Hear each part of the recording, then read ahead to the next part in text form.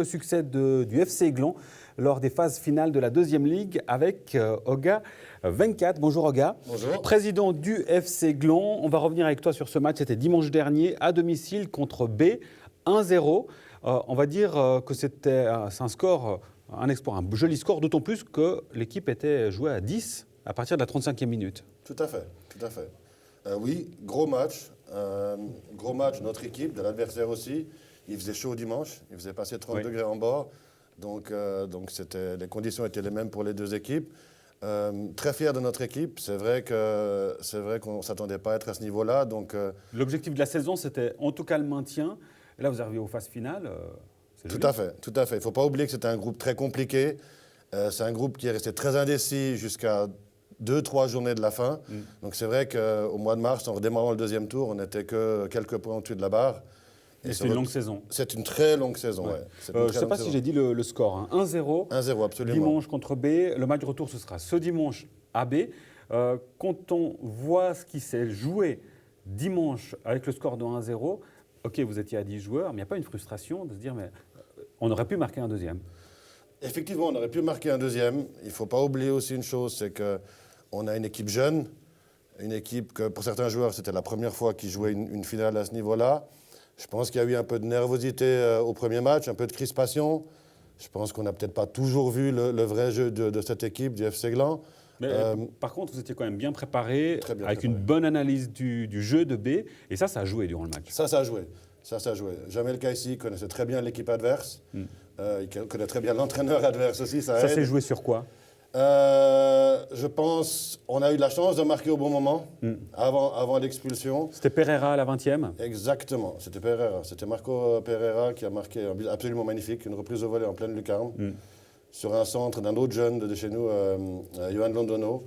Le centre est parti, il a pris le ballon comme il est venu, puis pleine lucarne. Voilà. C'était parfait. L'équipe relativement jeune, tu nous le disais à l'instant, il y a une particularité, c'est que dans la première équipe, il y a 8 juniors qui ont intégré l'équipe au début de la saison, c'était en août 2016. Il a fallu un petit moment pour les roder, et puis là, finalement, on a le résultat. Exactement. On a monté donc ces 8 juniors, on a gardé une base de joueurs qui sont à peine beaucoup plus âgés pour attaquer ce championnat. Ils ont énormément appris. C'est vrai qu'au premier tour, on a gagné des matchs, on en a perdu. On a fait un premier tour mitigé, mais l'équipe a énormément progressé. Et c'est un pari quand même risqué que le FC Aiglon a pris d'avoir autant de juniors dans l'équipe, parce qu'il faut qu'il y ait la symbiose qui soit là, il faut qu'il y ait le côté transmission d'expérience qui soit présent avec les anciens. L'alchimie a marché.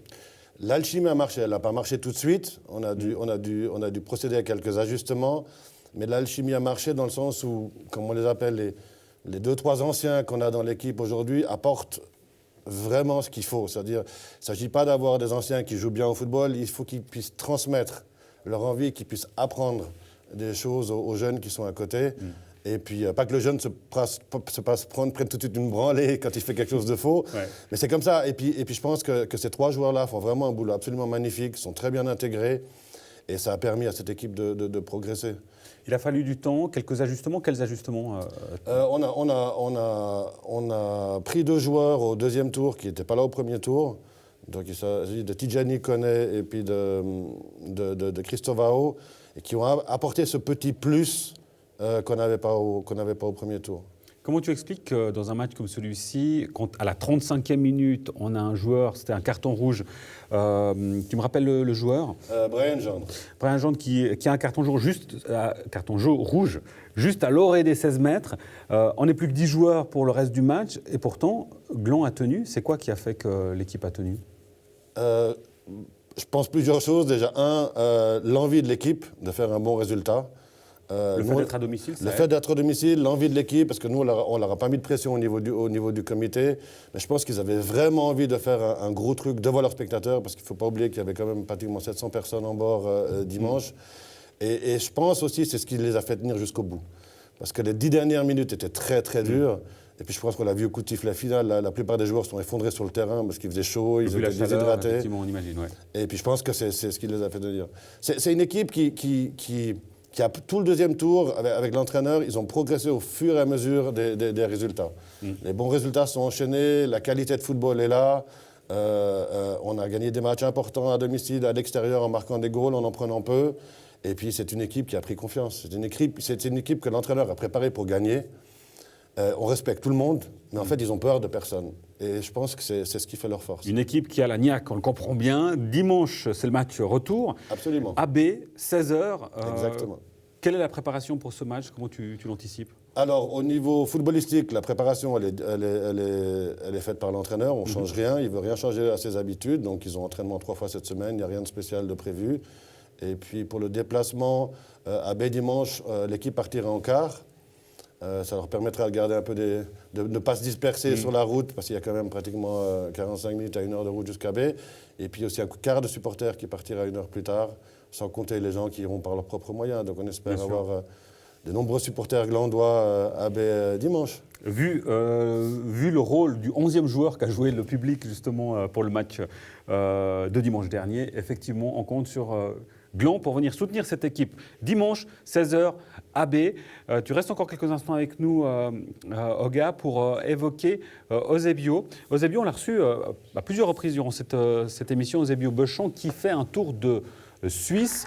On le voit ici sur ces images, c'était mardi. Il arrive à Genelier. Il avait fait l'étape Nyon-Saint-Cergue-Genelier. Il est parti le 29 mai. Et donc, il est arrivé le 13 juin pour son Tour de Suisse. Tenez-vous bien, en une quinzaine de jours, il a couru 1300 km. On voit toute la bonne humeur et on comprend. Après un tel exploit, Eusebio qui courait pour la Ligue vaudoise contre le cancer pour soutenir les familles précarisées, lui-même était atteint d'un cancer et il sera présent jeudi prochain sur le plateau de Nyon Région Télévision fait son sport, précisément pour évoquer sa course, cela va de soi.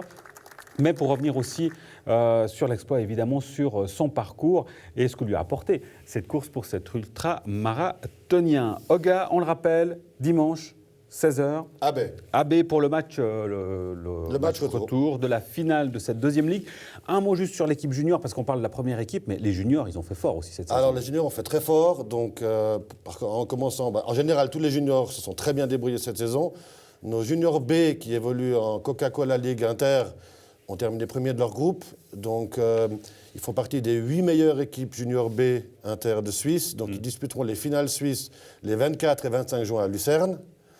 Et samedi passé, nos juniors A, qui évoluent en groupe régional en premier degré, en battant MJOR à Orbe samedi après-midi, ont eu la promotion en Coca Ligue Inter. Et ben voilà, on peut dire que la relève est assurée pour Exactement. le FC Gland. Merci beaucoup, Oga. Dimanche 16h, AB pour le match retour de cette finale de deuxième ligue. Merci beaucoup. Bonne continuation.